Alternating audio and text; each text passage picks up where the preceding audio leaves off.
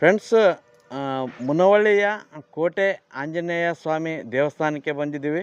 ಇದು ಪ್ರಾಚೀನ ಕೋಟೆ. ಇದು 800 ವರ್ಷಗಳ ಇಂತಲೂ ಹಿಂದೆ ನಿರ್ಮಾಣವಾದಂಥ ಮುನವಳ್ಳಿಯ ಕೋಟೆ ನೋಡ್ಬೋದು.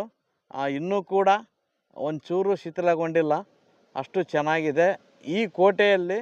ಇಲ್ಲಿ ವೀರಾಂಜನೇಯ ಸ್ವಾಮಿ ದೇವಸ್ಥಾನ ಇದೆ. ವಿಶೇಷ ಅಂದರೆ ಈ ದೇವಸ್ಥಾನ ಕಲ್ಲಿನ ಕೆತ್ತನೆ ನೋಡುವುದೇ ಒಂದು ಅದ್ಭುತ ಅಂತ ಹೇಳ್ಬೋದು.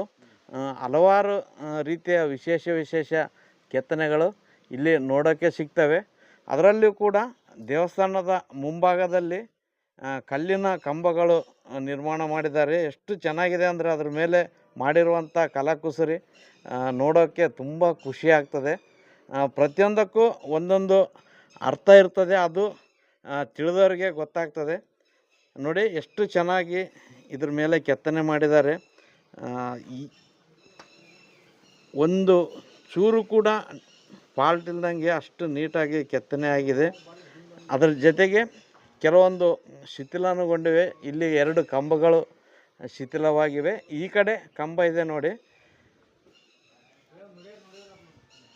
ಎಷ್ಟು ಸುಂದರವಾಗಿ ಕೆತ್ತನೆ ಮಾಡಿದ್ದಾರೆ, ಎಷ್ಟು ಚೆನ್ನಾಗಿ ಜೋಡಿಸಿದ್ದಾರೆ ನೋಡ್ಬೋದು.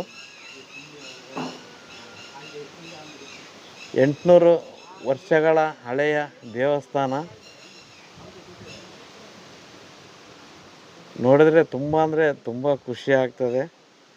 ಪ್ರತಿಯೊಂದು ಕಲ್ಲಿನ ಕೆತ್ತನೆಯು ನೋಡೋಕ್ಕೆ ತುಂಬ ಅದ್ಭುತ.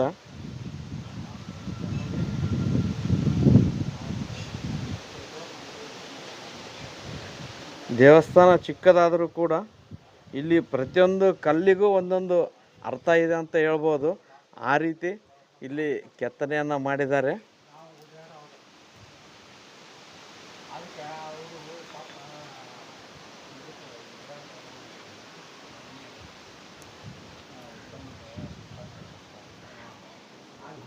ನೋಡಿ, ಇಲ್ಲೇ ಗರ್ಭಗುಡಿ ಇರೋದು.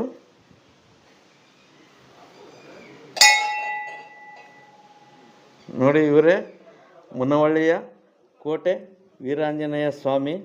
ಎಷ್ಟು ಅದ್ಭುತವಾಗಿ ಇವರ ಮೂರ್ತಿ ಇದೆ ನೋಡ್ಬೋದು.